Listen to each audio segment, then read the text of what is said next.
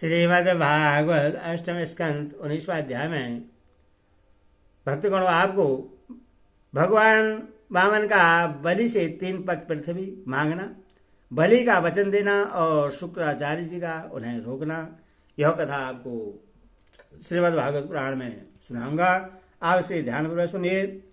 श्री सुखदेव जी कहते हैं, राजा बलि के ये वचन धर्म भाव से भरे और बड़े मधुर थे। उन्हें सुनकर भगवान वामन ने बड़ी प्रसन्नता से उनका अभिनंदन किया और कहा।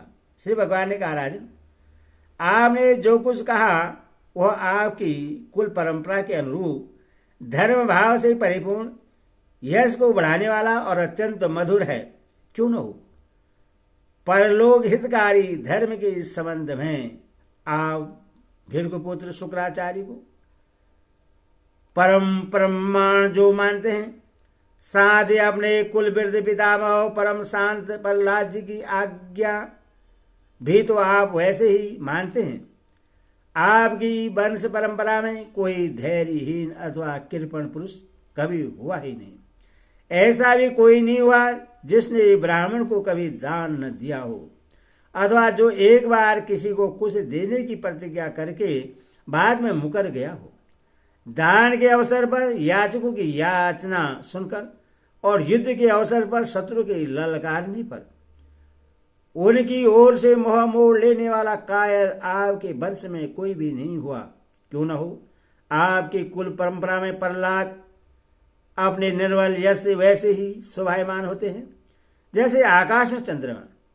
आपके कुल में ही हिरण्याक्ष जैसे वीर का जन्म हुआ था। वह वीर जब हाथ में गदा लेकर अकेला ही दिग्विजय के लिए निकला, तब सारी पृथ्वी में घूमने पर भी उससे अपनी जोड़ का कोई वीर न मिला।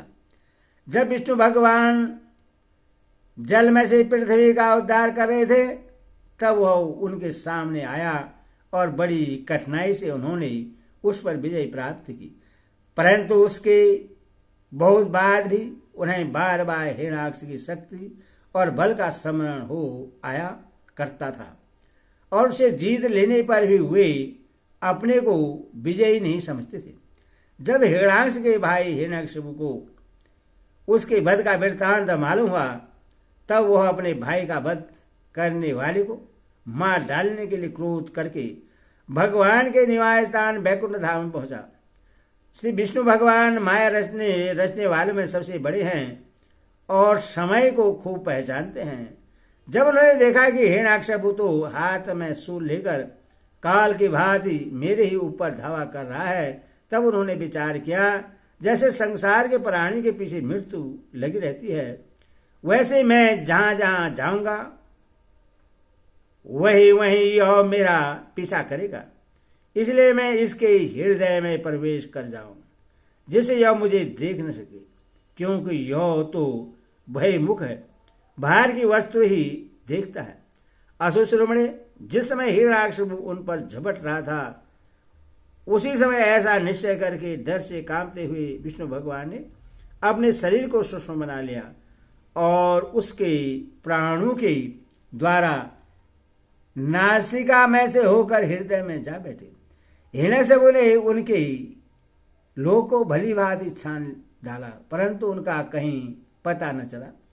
इसमें क्रोधित होकर वह सिंहनाद करने लगा। उस वीर ने पृथ्वी, स्वर्ग, दिशा, आकाश, पैताल और समुद्र सब कहीं विष्णु भगवान को ढूंढा, परंतु वे कहीं भी उन्हें दिखाई न दिए।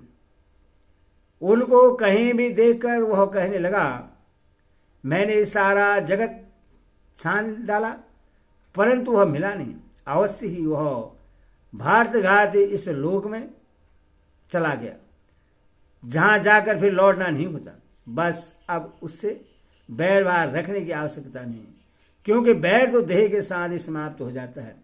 क्रोध का कारण अज्ञान है और अहंकार से उसकी वृद्धि होती है।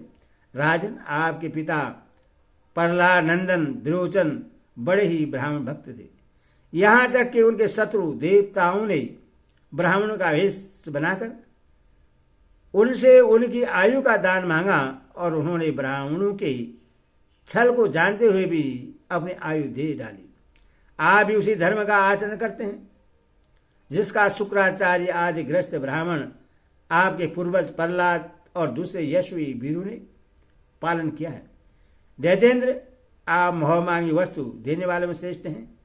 इसी से मैं आपसे थोड़ी सी पृथ्वी केवल अपने पैरों से 3 डग मांगता हूं। माना कि आप सारे जगत के स्वामी और बड़े उदार हैं, फिर भी मैं आपसे इससे अधिक नहीं चाहता। विद्वान पुरुषों को केवल अपनी आवश्यकता अनुसार ही दान स्वीकार करना चाहिए। इससे वह प्रतिग्रहजन्य पाप से बच जाता है। राजा बलि ने कहा, ब्राह्मण कुमार, तुम्हारी बातें तो बिरदों जैसी हैं, परंतु तुम्हारी बुद्धि अभी बच्चों की सी है। अभी तुम हो भी तो बालक ही ना, इसी से अपना हानि लाभ नहीं समझ रही हो। मैं तीनों लोगों का एकमात्र अधिपति हूं और दीप का दीप दे सकता हूं।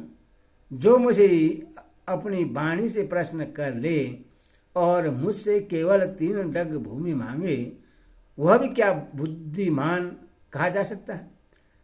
ब्रह्मचारी जी, जो एक बार कुछ मांगने के लिए मेरे पास आ गया, उससे फिर कभी किसी से कुछ मांगने की आवश्यकता नहीं पड़नी चाहिए। अतः अपनी जीविका चलाने के लिए तुम्हें जितनी भूमि की आवश्यकता हो उतनी मुझसे मांग लो। श्री भगवान ने कहा, राजन, संसार के सब प्यारे विषय एक मनुष्य की कामनाओं को भी पूर्ण करने में समर्थ नहीं है। यदि वह अपनी इंद्रियों को बस में रखने वाला संतोषी न हो तो 3 पग भूमि से संतोष नहीं कर लेता।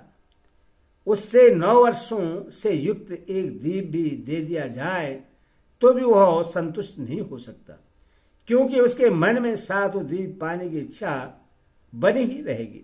मैंने सुना है कि पृथु, गय और नरेश 7 दीपों के अधिपति थे, परंतु उतने धन और भोग की सामग्रियों के मिलने पर ही वे तृष्णा का पार न पा सके। जो कुछ पारबंद से मिल जाए उसी से संतुष्ट हो रहने वाला पुरुष अपना जीवन सुख से व्यतीत करता है, परंतु अपनी इंद्रियों को बस में न रखने वाला तीनों लोगों का राज्य पाने पर भी दुखी ही रहता है, क्योंकि उसके हृदय में असंतोष की आग धधकती रहती है। धन और भोगों से संतोष न होना ही जीव के जन्म मृत्यु के चक्कर में गिरने का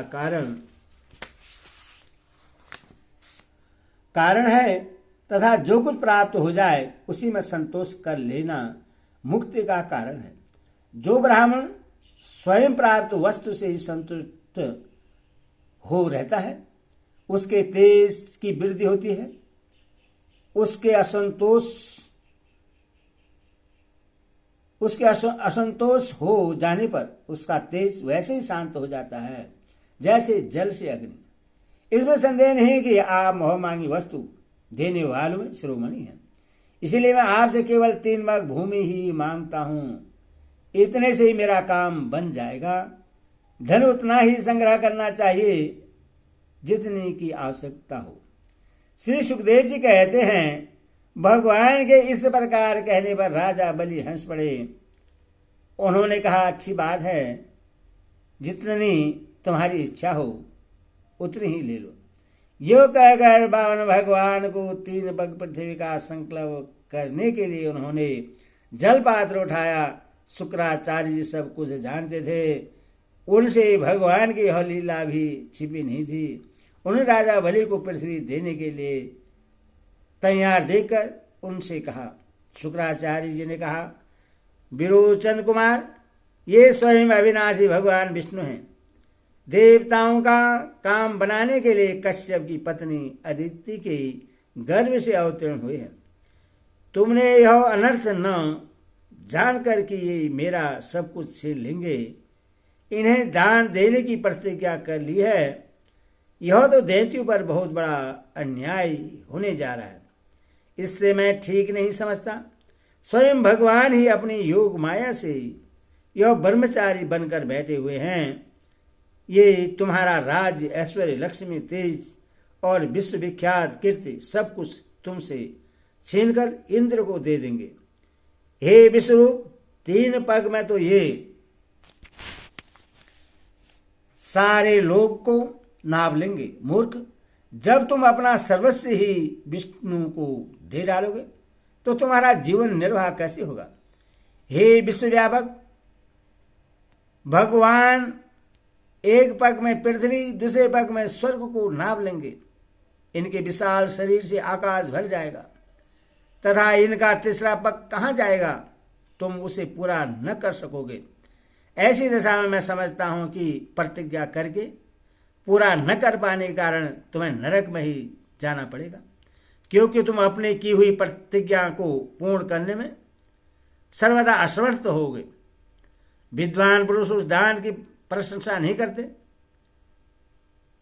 जिसके बाद जीवन निर्वाह के लिए कुछ बचे ही नहीं। जिसका जीवन निर्वाह ठीक ठीक चलता है वही संसार में दान, यज्ञ, तप और परोपकार के कर्म कर सकता है। जो मनुष्य अपने धन को 5 भागों में बांट देता है, कुछ धर्म के लिए, कुछ यश के लिए, कुछ धन की अभिवृद्धि के लिए, कुछ भोगने के लिए और कुछ अपने स्वजनों के लिए, वही इस लोक और परलोक दोनों में ही सुख पाता है। असुश्रोमणे, यदि तुम्हें अपनी प्रतिज्ञा टूट जाने की चिंता हो तो मैं इस विषय में तुम्हें कुछ ऋग्वेद की श्रुति का आश्रय सुनाता हूं। तुम सुनो। श्रुति कहती है, किसी को कुछ देने की बात स्वीकार कर लेना सत्य है और नकार जाना अर्थात अस्वीकार कर लेना असत्य है। यह शरीर एक वृक्ष है और सत्य इसका फल फूल है, परंतु यदि वृक्ष ही न रहे तो फल फूल कैसे रह सकते हैं। क्योंकि नकार जाना अपनी वस्तु दूसरों को न देना, दूसरे शब्दों में अपना संग्रह बचाए रखना, यही शरीर वृक्ष का मूल है। जैसे जड़ न रहने पर वृक्ष सूखकर थोड़े ही दिनों में गिर जाता है, उसी प्रकार यदि धन देने से अस्वीकार न किया जाए तो यह जीवन सूख जाता है, इसमें संदेह नहीं है। हाँ, मैं दूंगा, यह वाक्य ही धन को दूर हटा देता है, इसीलिए इसका उच्चारण ही अपूर्ण अर्थात धन से खाली कर देने वाला है। यही कारण है कि जो पुरुष हाँ मैं दूंगा ऐसा कहता है वह धन से खाली हो जाता है। जो याचकों को सब कुछ देना स्वीकार कर लेता है वह अपने लिए भोग की कोई सामग्री नहीं रख सकता। इसके विपरीत मैं नहीं दूंगा, यह तो अस्वीकारात्मक असत्य है। वह अपने धन को सुरक्षित रखने तथा पूर्ण करने वाला है, परंतु ऐसा सब समय नहीं करना चाहिए। जो सबसे सभी वस्तुओं के लिए नहीं करता रहता है उसकी अपकृति हो जाती है। वह तो जीवित रहने पर भी मृतक के समान ही है। स्त्रियों को प्रश्न करने के लिए हास परिहास में, विवाह में, कन्या आदि की प्रशंसा करते समय, अपनी जीविका की रक्षा के लिए, प्राण संकट उपस्थित होने पर, गौ ब्राह्मण के हित के लिए तथा किसी को मृत्यु से बचाने के लिए असत्य भाषण भी उतना ही निंदनीय नहीं है। हरि ओम तत्सत्। हरि ओम।